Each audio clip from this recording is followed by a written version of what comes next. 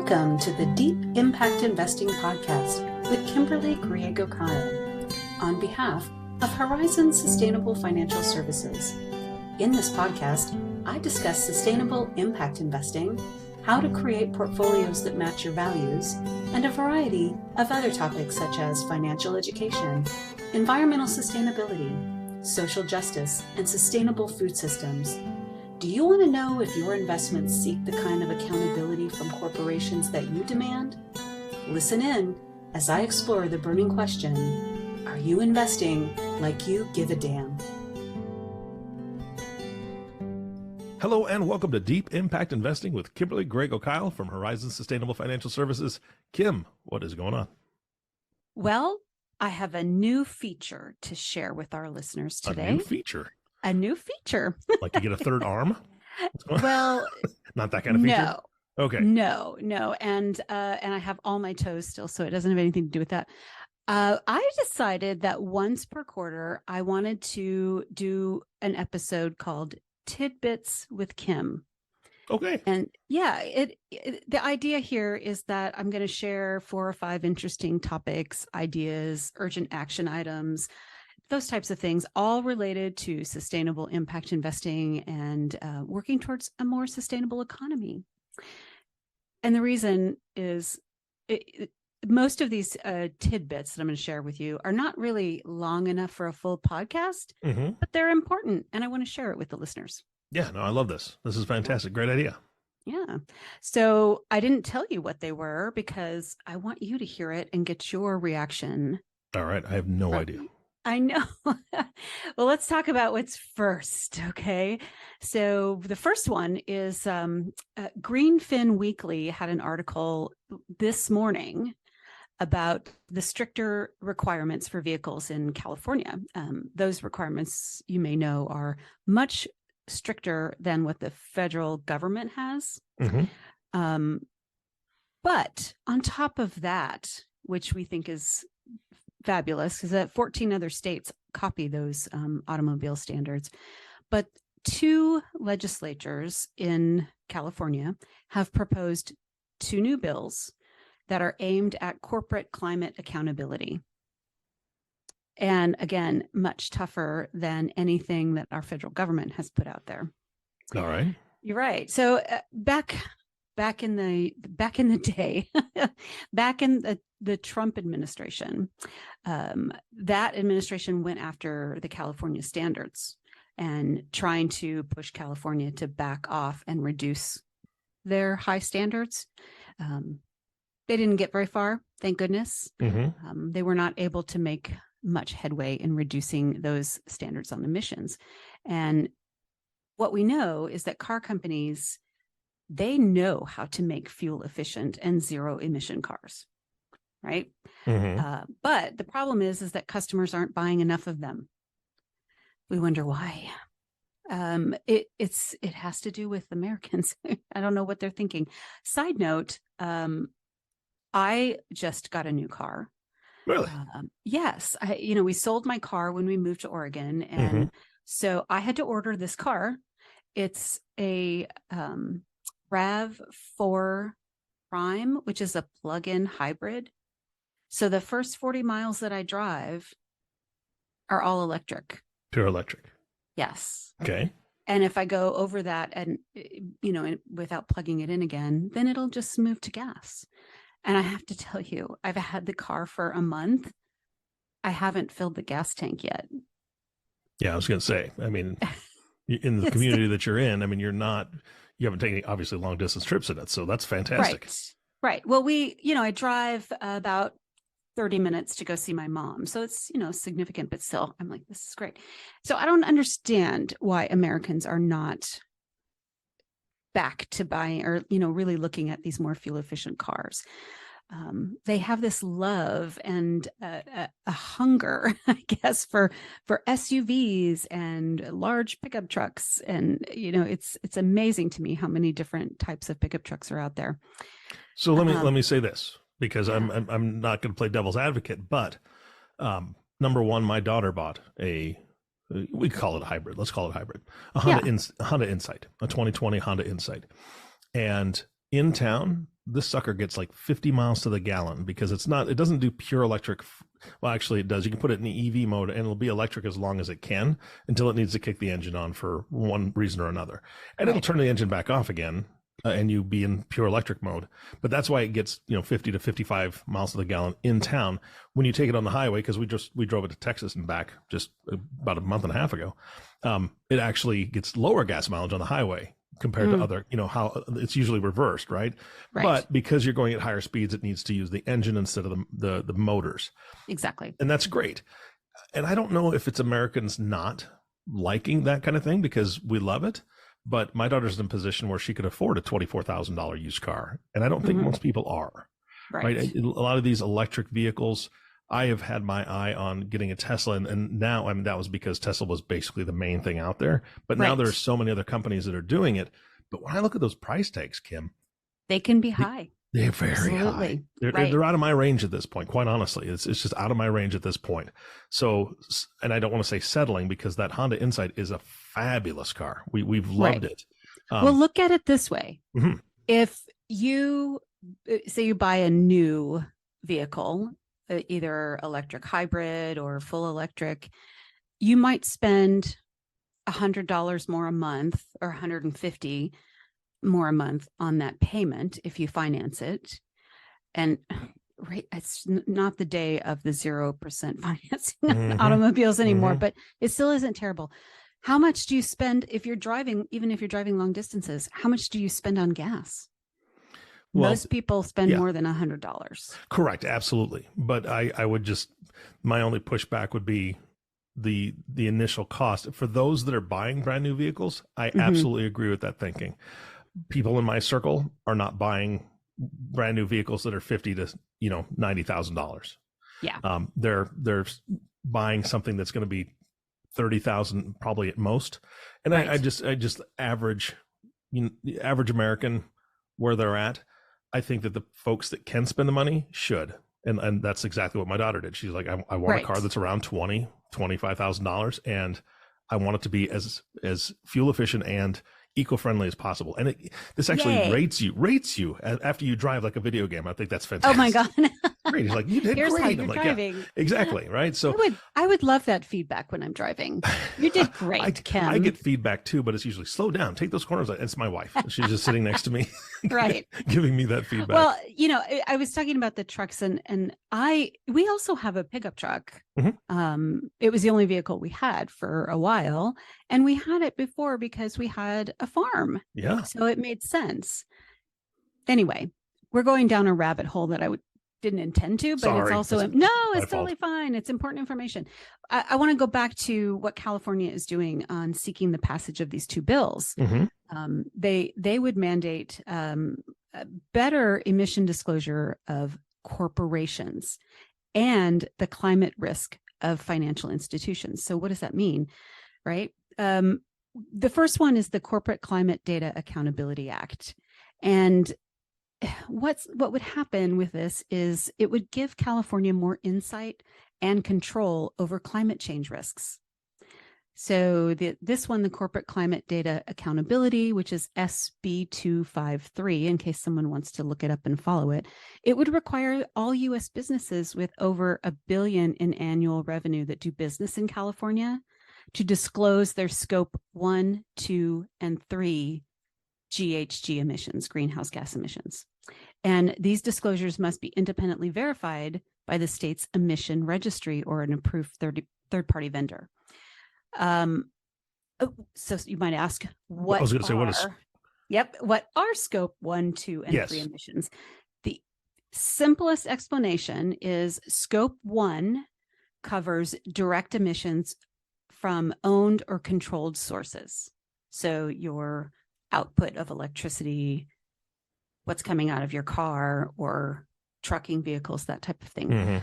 Scope 2 covers indirect emissions from the generation of purchased electricity, steam, heating, cooling, that are consumed by the reporting company. So what they're taking in.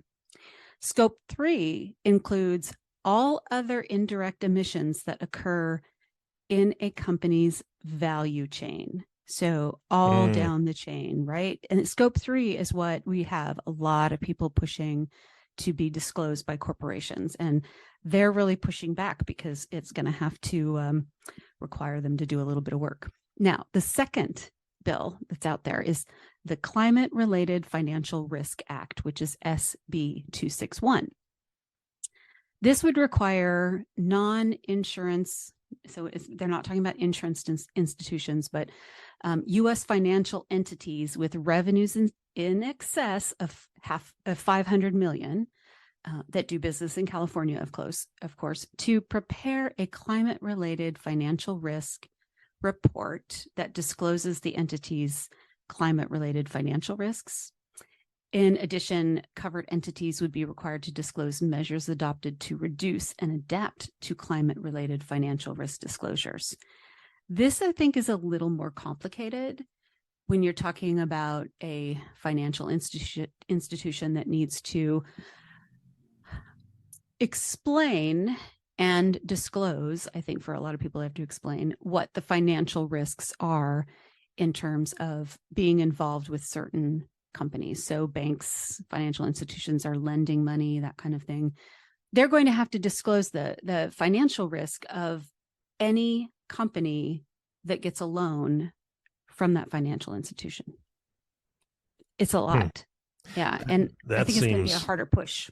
Yeah. I mean, wow, that seems pretty in depth. I mean, it is. And I think it's something that we have to move towards, not just in California, but, California is the 4th largest economy in the world or something like that. And, and all of these businesses can't afford to not do business in California. And California knows it. So if they can lead the way on these issues, then maybe we will see a larger governmental change. Well, I mean, they've led the way on lots of issues so far because, I'm in Nebraska and I've seen it when I've lived in other states. Some of the products that I buy say, ingredients in this product have been known to cause cancer in California. In the state of California. Right? In California, right? So they're doing, in my opinion, more research, and they have stricter rules and laws, which I think is really good, especially when it comes to cancer causing things or risk, like you're talking about. Climate change, financial risk. Yes, absolutely. Yeah. That's fantastic. Yeah. Anyway, I found that super, super interesting. I did not know about those 2 bills in the California legislature this session. Part 2, let's talk about the next one. The New York Times correspondent, whose name is Somini Segupta. Hopefully I didn't butcher that. They penned an article titled Climate Forward. And it's in the New York Times. Like I said, it may be available for subscribers only, but I think a lot of these papers allow you to read one or 2 free a month. So I'd like you to take a look at it. I'd like listeners to take a look at it. But, oh my gosh, she is really hitting hard on the wealthy, specifically the wealthy in the U.S. In her article, the basic premise is sharing information about CO2 emissions and the disparity among usage in income groups. So we have the largest income bracket, and then we have so many in the smallest income bracket, right? So carbon or CO2 emissions are distributed very unevenly across the world, across income levels. I don't know if this is something you've thought about at all, but it's much like the disparity of wealth and the consumption of goods and services. So when we're talking about emissions that vary across countries and across generations even, it's so much more there in income brackets. Let's go back to 2021. The average North American citizen emitted 11 times more energy-related carbon emissions than the average African. Makes sense. But there's also a variation among income groups where that disparity is even more significant. So let's talk about the top 1% of emitters globally. Each of those in the top 1% had a carbon footprint of over 50 tons of CO2 in 2021. Each person, which is more than 1,000 times greater than those in the bottom 1% of emitters. Now, what is that taking into consideration, Kim? Because I'm not quite clear. Is it just their lifestyle, or are they talking about their businesses that they own? Or are they talking about? It's everything. It's their carbon footprint. So what does your carbon footprint include? It includes your home, your automobile. Do you have a burn barrel out back? All of those things. So it's taking into account all of your carbon footprint. A private jet. Yep. Got it. Yeah. So the top 10% of emitters, they span across all continents. Around 85% of them live in what we would call advanced economies. US, Europe, actually even China now are all included in that. And this article has a few charts that are amazing, and they show the astonishingly large footprint of the wealthy in the United States. So hold on here. Even in the lowest income brackets in the US, we produce a lot of climate pollution relative to everyone else in the world. So I don't want to just bag on the wealthy in the US. It's really everyone in the US. When she talked about the bottom 10% of emitters globally, they're, of course, I say of course because I think it's semi-obvious, they're living in developing economies like Africa and much of Asia, where they're consuming relatively small amounts of goods and services. And in many cases, they don't even have electricity and clean cooking. But that's still part of their carbon footprint. If they're burning dung, if they're burning, scavenged wood, that kind of thing, it all relates to their carbon footprint. But we have to talk about the U.S., which most of our electricity comes from sources that are relatively carbon intensive, right? Oil, gas, coal, all of those things. So I was thinking about this, and I really was getting into it and reading it, and it sent me down all these rabbit holes. And I thought, whoops, this could have been a full podcast if I took a really deep dive into the topic, because it kind of blew up for me when I was looking at it. But so stay tuned for more on the subject. I want to talk more about that down the road on a different podcast. And the bottom line to the story here that the author has written is that a relatively small number of people could make a massive difference if they were to reduce their overall emissions. Right? Gotcha. Yeah. So it's interesting to read. And again, my opinion is we can't expect the poorest nations to lead the way. We need to help them, but hello, United States and other North American and well-to-do countries, you got to get this ball rolling. Yeah. Okay. Yeah. Part 3. And before I dive into why eggs are so expensive, I have to share with you, Eric, and the listeners, that I will be getting some plant-based cheese in my food delivery box this week. Really? It's a cheddar. Yeah. Plant-based cheese. We order most of our food through Misfits markets. So they take a lot of, cast off foods and things like that and throw them together. So you never know what's going to be available, but you can pick what you want. I love it. So they have, it had some plant-based cheese.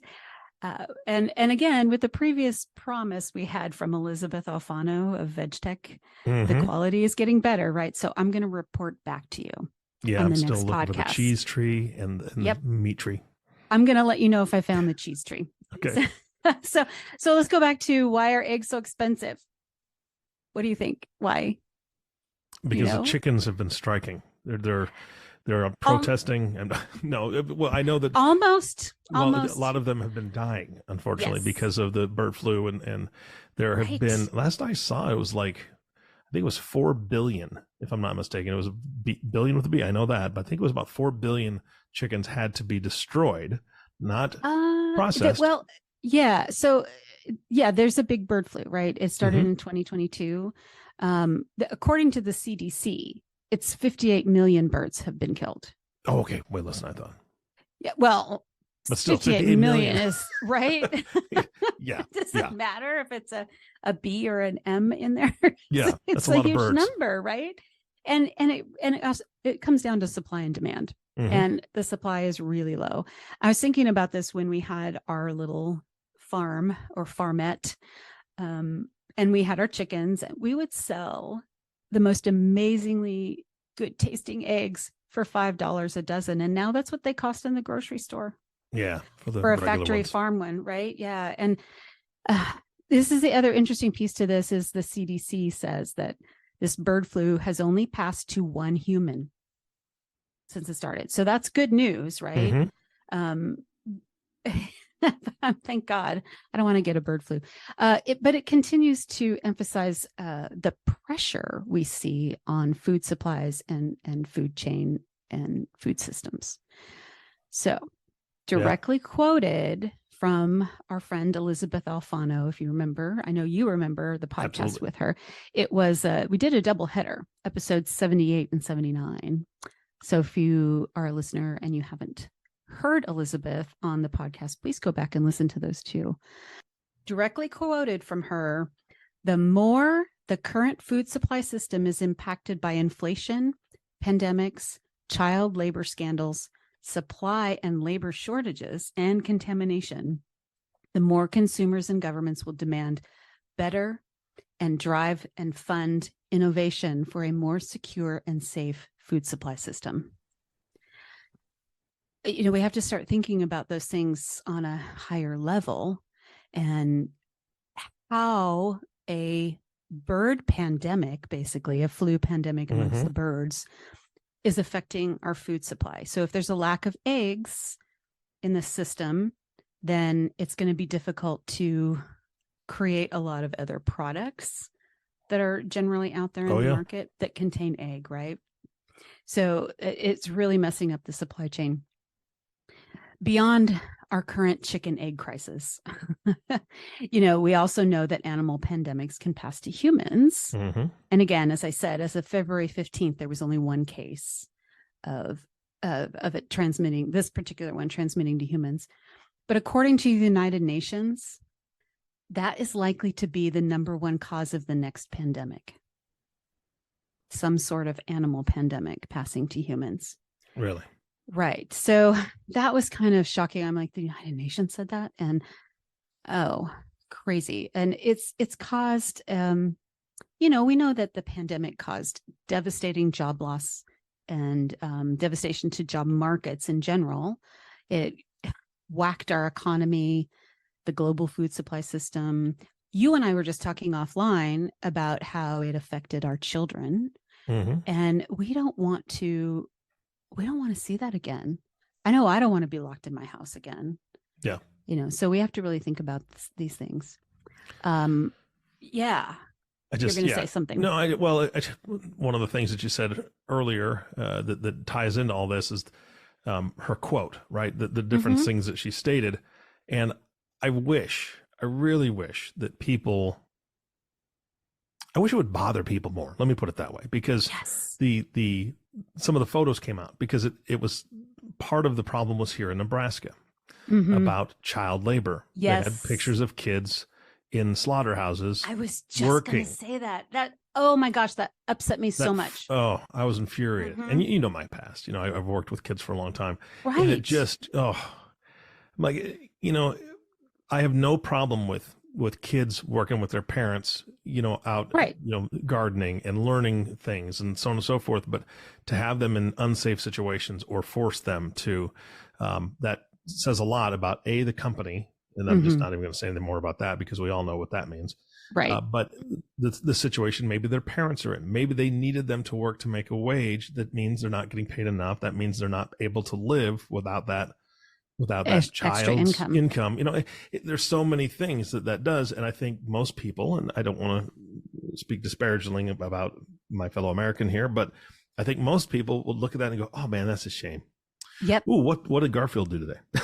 They turn the page. Yeah, they right? do. Like, they read the article and they go, "Oh my God, that's horrible." Yeah. And then they don't think about it again because some other news topic comes on top of that and seems more relevant. Yeah. But this is relevant to us.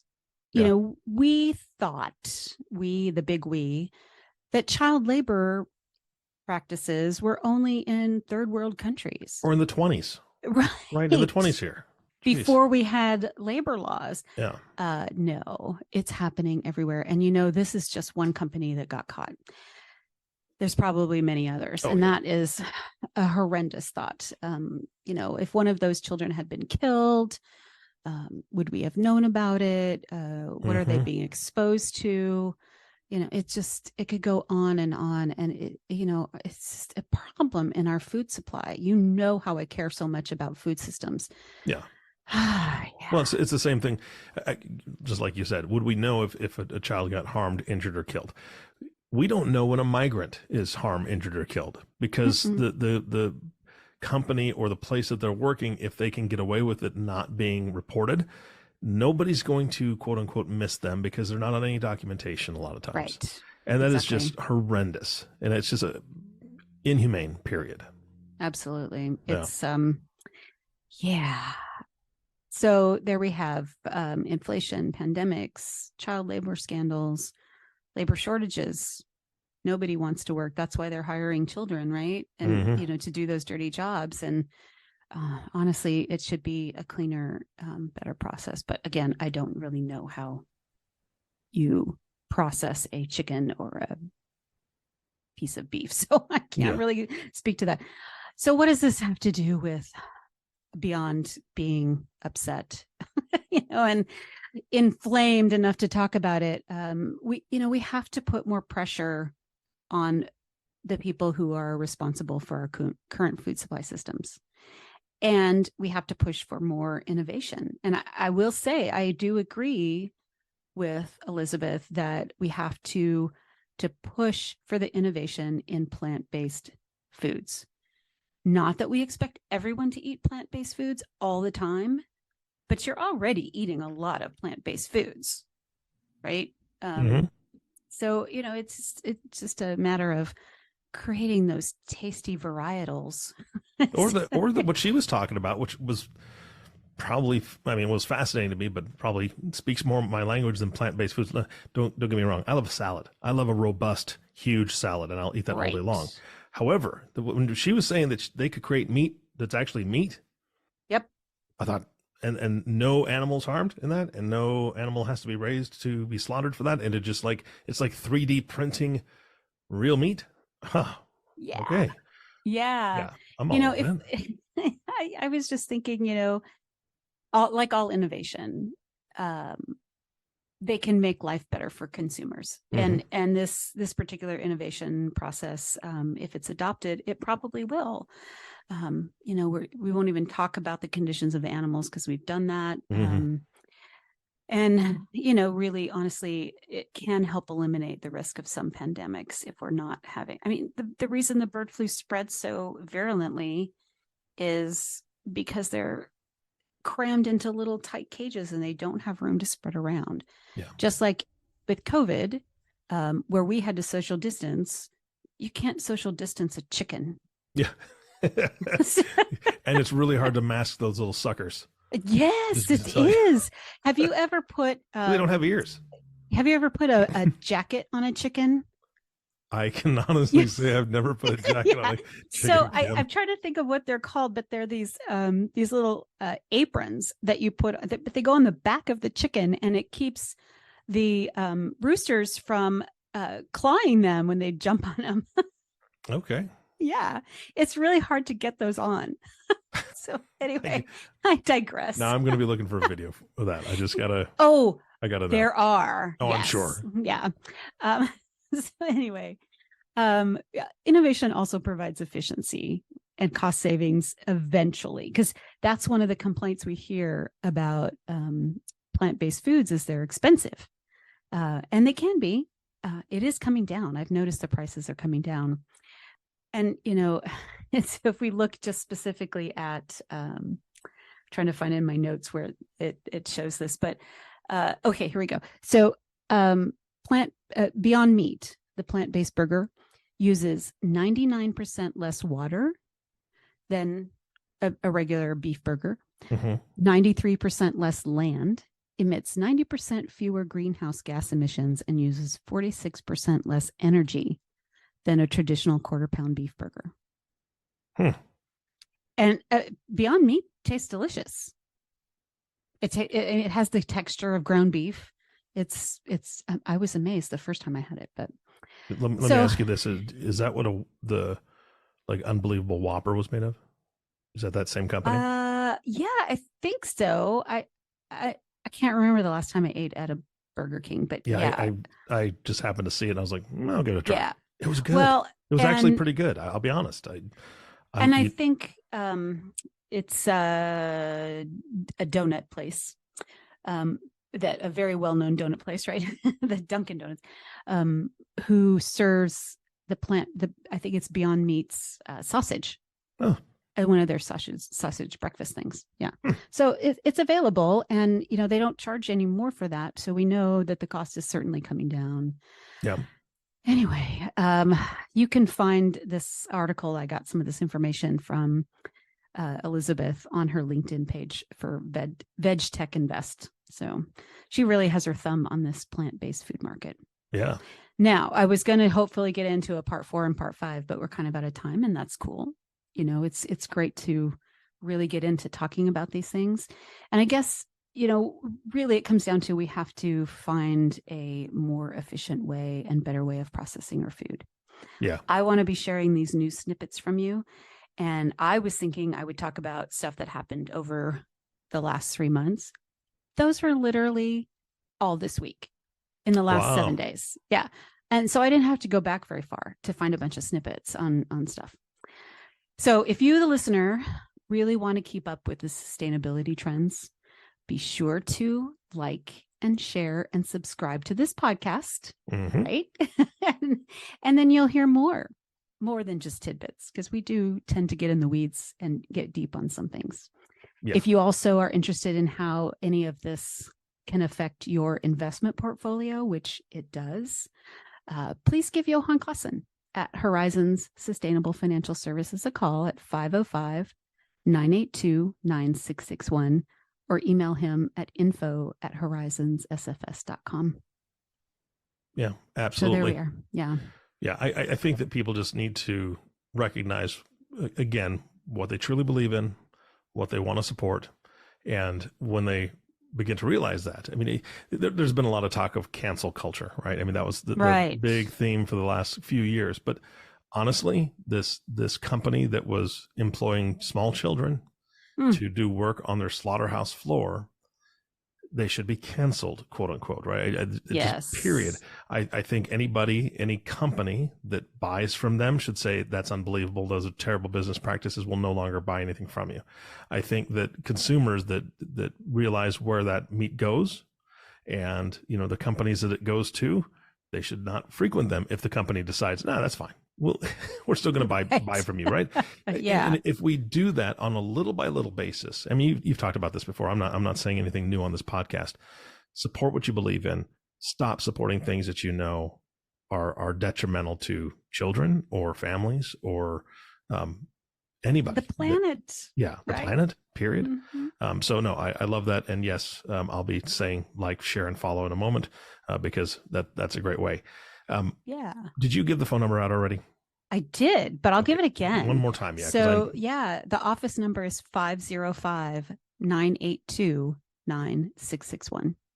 Fantastic. Kim, thank you. Thanks, Eric, for joining me. Love this new me. section. I know. I will do it every quarter, but we could probably do it every week. It's fun. It'll be good. Yeah. Next time we're going to be more positive. That's right. Yes. Yeah. You're right. I wasn't very positive today. And but it's important. But we like we like some good news sprinkled in there too. So next podcast, good news. Next one, good news for sure. Thanks. All right. Thank you, Kim. Thanks, Eric. You bet. And our last thank you always goes to you, listening audience. Thank you so much for tuning in and listening to the Deep Impact Investing Podcast with Kimberly Griego-Kiel. If you have not subscribed to the podcast yet, please click the subscribe now button below. This way, when Kim comes out with a new podcast, it'll show up directly on your listening device. And we humbly ask that you share this podcast, rate it, and leave a review, as this actually does help others find the show. Again, thank you so much for listening today. For everyone at Horizon Sustainable Financial Services, this is Eric Johnson reminding you to live your best day every day. And we'll see you next time. Thank you for listening to Deep Impact Investing with Kimberly Griego-Kiel, the Sustainable, Responsible Impact Investing podcast, reminding you that it's time to invest like you give a damn. If you have questions about this podcast or topics you'd like to hear addressed on an upcoming podcast, please email me at kim@griego-kiel.com. That's GRIEGO-KIEL.com. Or give Horizons a call at 505-982-9661 and be sure to ask for Johan Clausen. Don't forget to click the subscribe button to be notified when new episodes become available, and to share this podcast with colleagues, friends, and family. The companies I may speak about during the podcast are not recommendations for investment. Only you and your financial advisor can determine what the right investments are for you. Kimberly Griego-Kiel produces this podcast on behalf of Horizon Sustainable Financial Services. Horizon Sustainable Financial Services, Inc. is a registered investment advisor registered with the SEC. Horizon Sustainable Financial Services, Inc. and its financial professionals do not render tax or legal advice. The information covered and posted represents the views and opinions of the host and/or guests and does not necessarily represent the views and opinions of Horizon Sustainable Financial Services, Inc. This content has been made available for informational and educational purposes only. This content is not intended to be a substitute for professional investing advice. Always seek the advice of your financial advisor or other qualified financial service providers with any questions you may have regarding your investment planning. None of this content may be used or duplicated without the express written agreement of the podcast host.